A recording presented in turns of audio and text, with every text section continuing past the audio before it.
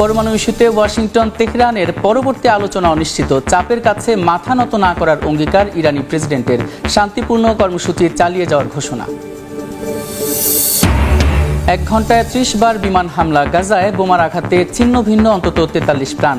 বাসিন্দাদের খান ইউনিস ছাড়ার নির্দেশ। পুরো উপত্যকা গুঁড়িয়ে দেওয়ার ঘোষণা ইসরায়েলের। শিগগিরই যুদ্ধবিরতি আলোচনা শুরু করবে রাশিয়া ইউক্রেন। পুতিনের সঙ্গে ফোন আলাপের পর ট্রাম্পের ঘোষণা। অ্যামনেস্টি ইন্টারন্যাশনালকে নিষিদ্ধ করল ক্রেমলিন। পাকিস্তানের প্রধানমন্ত্রী স্পিকারের বিরুদ্ধে উঠছে অনাস্থা প্রস্তাব। কারাগারে থেকে প্রস্তুতি নিচ্ছেন ইমরান। শাহবাজ সরকারকে চাপে ফেলতে মরিয়া পিটিআই। এবং পাকিস্তানের সঙ্গে যুদ্ধবিরতি নিয়ে মার্কিন মধ্যস্থতার দাবি উড়িয়ে দিল ভারত। ইসলামাবাদের পক্ষ থেকে ছিল না পারমাণবিক হামলার হুমকি, জানালেন বিক্রম মিস্ত্রি।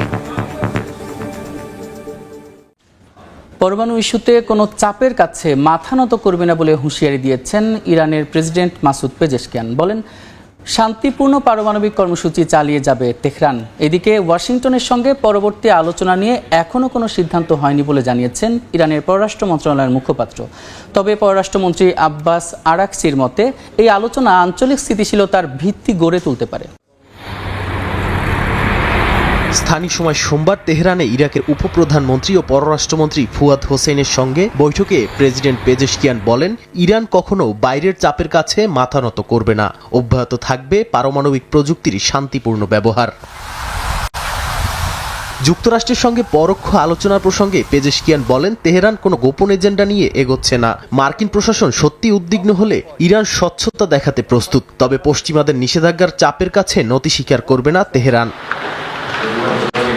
এদিকে যুক্তরাষ্ট্রের সঙ্গে আলোচনা নিয়ে এখনও কোনো সিদ্ধান্ত হয়নি বলে জানিয়েছেন ইরানি পররাষ্ট্র মন্ত্রণালয়ের মুখপাত্র ইসমাইল বাকেই। বলেন, ওয়াশিংটন বারবার অবস্থান বদলাচ্ছে, তাই সময় ও স্থান নিয়ে এখনও ভাবনা চিন্তা চলছে। যদিও দেশটির পররাষ্ট্রমন্ত্রী আব্বাস আরাকচির মতে এই আলোচনাই হতে পারে আঞ্চলিক স্থিতিশীলতার ভিত্তি। জানান, ওমান ও কাতারের মন্ত্রীদের সঙ্গে আলোচনায় আশাবাদী মনোভাব পেয়েছেন তারা।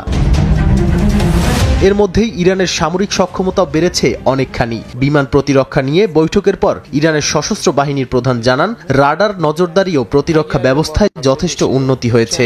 আকাশসীমা পুরোপুরি সুরক্ষিত, তাই যে কোনো আগ্রাসনের জবাব হবে ভয়াবহ। অবরুদ্ধ গাজা উপত্যকায় খাবারের অভাবে আগামী 2 দিনের মধ্যে গাজায় 14,000 শিশু মারা যেতে পারে বলে সতর্ক করেছে জাতিসংঘ। সামরিক অভিযান বন্ধ না করলে ইসরায়েলের ওপর নিষেধাজ্ঞার হুঁশিয়ারি দিয়েছে ফ্রান্স, ব্রিটেন ও কানাডা। আন্তর্জাতিক চাপের মধ্যেও গাজায় অব্যাহত ইসরায়েলি আগ্রাসন। মঙ্গলবার ভোররাত থেকে এ পর্যন্ত নেতানিয়াহু বাহিনীর নির্বিচার বোমা বর্ষণে প্রাণ হারিয়েছেন 60 জন ফিলিস্তিনি। মায়েদের বুক ফাটা আহাজারিতে ভারী হয়ে ওঠে গাজা নামক মৃত্যুকূপের চারপাশ। স্থানীয় সময় সোমবার গাজার উত্তরাঞ্চলের একটি স্কুল ও বসতবাড়িতে ইসরায়েলের হামলায় নারী ও শিশুসহ বেশ কয়েকজন নিহত হয়েছেন। এছাড়া দের আল বালা, নুসাইরাত ও খান ইউনিসে রাতভর তাণ্ডব চালায় নেতানিয়াহু বাহিনী। মাত্র 1 ঘন্টায় গাজার দক্ষিণে 30টির বেশি বিমান হামলা চালায় ইসরায়েলি বাহিনী। দিনভর বোমাবর্ষণে প্রাণ হারিয়েছেন নারী, শিশুসহ বহু মানুষ। রেহাই পাননি স্বাস্থ্যকর্মীরাও। নতুন করে খান ইউনিস থেকে সরিয়ে নিতে বলা হয়েছে হাজারো মানুষকে।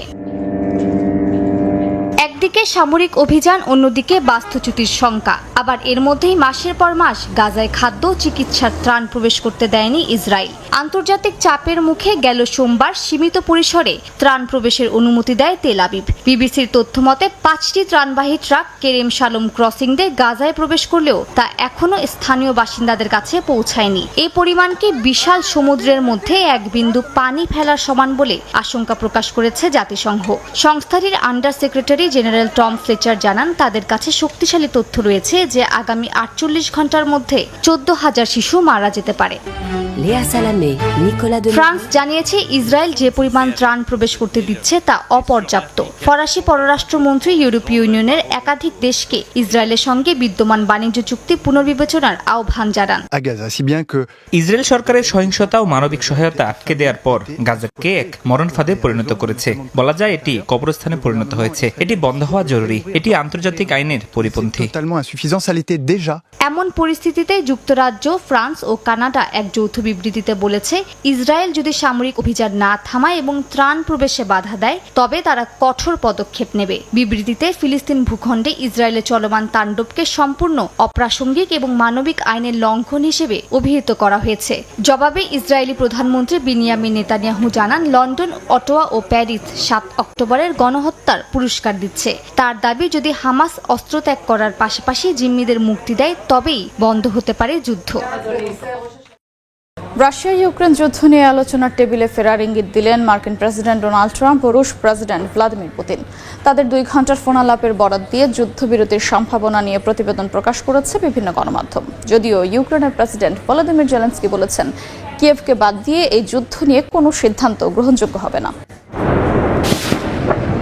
যুদ্ধের 800তম দিনে ইউক্রেনের দোনেস্ক সহ একাধিক ফ্রন্ট লাইনে চলে তীব্র লড়াই। রুশ প্রতিরক্ষা মন্ত্রণালয়ের দাবি, তারা 75টি ইউক্রেনীয় ড্রোন গুলি করে নামিয়েছে। পাশাপাশি হামলা চালিয়েছে সামরিক 139টি স্থানে। দোনেস্কের একটি নতুন এলাকাও নিয়ন্ত্রণে নেয়ার দাবি করেছে মস্কো। জবাবে ইউক্রেনের বিমান বাহিনী জানায়, মাত্র 16 ঘন্টায় তারা 88টি রুশ ড্রোন ভূপাতিত করেছে। রাশিয়ার 25টি আক্রমণের মধ্যে প্রতিহত করা হয়েছে অন্তত 22টি। তবে সোমবার যুদ্ধবন্ধ নিয়ে নতুন সম্ভাবনার ইঙ্গিত দিল ভ্লাদিমির পুতিন ও ডোনাল্ড ট্রাম্পের ফোন আলাপ। প্রায় 2 ঘন্টার আলোচনা শেষে পুতিন জানান, শান্তিপূর্ণ সমাধানে আগ্রহী তার দেশ। একটি খসড়া স্মারকের মাধ্যমে আলোচনার কাঠামো তৈরিতেও প্রস্তুত মস্কো। ফোন আলাপ নিয়ে বক্তব্য দিয়েছেন মার্কিন প্রেসিডেন্টও। বলেন, অবিলম্বে আলোচনায় বসতে যাচ্ছে রাশিয়া ইউক্রেন। শান্তি চুক্তি না হলেও আপাতত যুদ্ধবিরতির রূপরেখা নিয়ে আলোচনা শুরু হবে। তবে ভলোদিমির জেলেনস্কি বলেন, কিয়েভকে ছাড়া ইউক্রেন নিয়ে কোনো সিদ্ধান্ত নেওয়া যাবে না। ইউক্রেন আলোচনার জন্য প্রস্তুত থাকলেও এক্ষেত্রে বড় বাধা পুতিনের যুদ্ধনীতি। ফোনালাপের বিষয়ে অবগত আছে ইউরোপও। তবে ইউরোপীয় কমিশনের প্রেসিডেন্ট উর্সুলা ভন ডার লাইয়েনের শঙ্কা, এই আলোচনা শেষ পর্যন্ত ইউক্রেনের ওপর একতরফা শান্তি চুক্তি চাপিয়ে দেওয়ার ফাঁদে পরিণত হতে পারে। বিশ্লেষকরা মনে করেন, কূটনৈতিক তৎপরতা বাড়লেও যুদ্ধবিরতি এখনও অনিশ্চিত। সামনে শান্তির সম্ভাবনা থাকলেও তা নির্ভর করছে আলোচনার কাঠামো কতটা ন্যায়সঙ্গত আর এই প্রক্রিয়ায় ইউক্রেন কতটা অংশীদার হতে পারে সেটির ওপর। পাকিস্তানের প্রধানমন্ত্রী শাহবাজ শরীফের বিরুদ্ধে অনাস্থা প্রস্তাব আনার প্রস্তুতি নিচ্ছে দেশটির প্রধান বিরোধী দল পাকিস্তান তেহরিকে ইনসাফ পিটিআই। একই সঙ্গে পার্লামেন্টের নিম্নকক্ষ ন্যাশনাল অ্যাসেম্বলির স্পিকার সর্দার আয়াজ সাদিকের বিরুদ্ধেও অনাস্থা প্রস্তাব আনার কথা বলা হয়েছে। দলটির অভ্যন্তরীণ সূত্রের বরাতে এ তথ্য জানায় জিও টিভি। পিটিআই সূত্র জানা যায়, সম্প্রতি কারাগারে নিজেদের আইনজীবী টিম পিটিআইয়ের কয়েকজন শীর্ষ পর্যায়ের নেতাকর্মী এবং নিজের বোনদের সঙ্গে বৈঠক করেছেন ইমরান খান। সেখানে পাকিস্তানের প্রধানমন্ত্রী ও পার্লামেন্টের স্পিকারের বিরুদ্ধে গুরুত্বপূর্ণ আলোচনা হয়েছে। 2022 সালে পাকিস্তানের তৎকালীন প্রধানমন্ত্রী এবং পিটিআইয়ের চেয়ারম্যান ইমরান খানের বিরুদ্ধেও অনাস্থা প্রস্তাব এনেছিলেন পার্লামেন্টের তৎকালীন বিরোধী দলীয় নেতা এবং পাকিস্তান মুসলিম লীগের নেতা শাহবাজ শরীফ। এর জেরে ক্ষমতাচ্যুত হন ইমরান খান। ভারত পাকিস্তানের সাম্প্রতিক যুদ্ধবিরতির পেছনে যুক্তরাষ্ট্রের ভূমিকার বিষয়টি অস্বীকার করেছে নয়াদিল্লি। সোমবার ভারতের সংসদীয় স্থায়ী কমিটিতে পররাষ্ট্র সচিব বিক্রম মিস্ত্রি দাবি করেন, যুদ্ধে ইসলামাবাদের পক্ষ থেকে কোনো ধরনের পারমাণবিক হুমকি ছিল না। 2 দেশের যুদ্ধ শুধুমাত্র সামরিক খাত পর্যন্তই সীমাবদ্ধ ছিল বলে জানান তিনি। ভারত পাকিস্তান যুদ্ধবিরতির 9 দিন পর সংসদীয় স্থায়ী কমিটির কাছে ব্রিফ করেন বিক্রম মিশ্রি। জানান, পাকিস্তানের পক্ষ থেকে কোনো পারমাণবিক হুমকি বা ইঙ্গিত ছিল না। এমনকি যুদ্ধবিরতির সিদ্ধান্তও এসেছে সরাসরি দিল্লি ইসলামাবাদের আলোচনার মাধ্যমে। এতে যুক্তরাষ্ট্র কোনোভাবেই জড়িত ছিল না।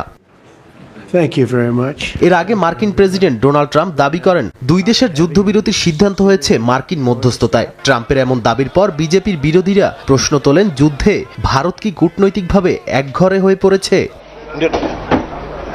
এর আগে কংগ্রেস, তৃণমূল, এআইএমআইএম সহ বিভিন্ন দলের সদস্যদের অংশগ্রহণে কংগ্রেস নেতা রাহুল গান্ধীর প্রশ্ন ছিল, পেহেলগামে 26 জন নিহতের ঘটনার অভিযুক্তরা কোথায়? কূটনৈতিকভাবে পাকিস্তানকে কোণঠাসা করতে ভারত কি পদক্ষেপ নিচ্ছে?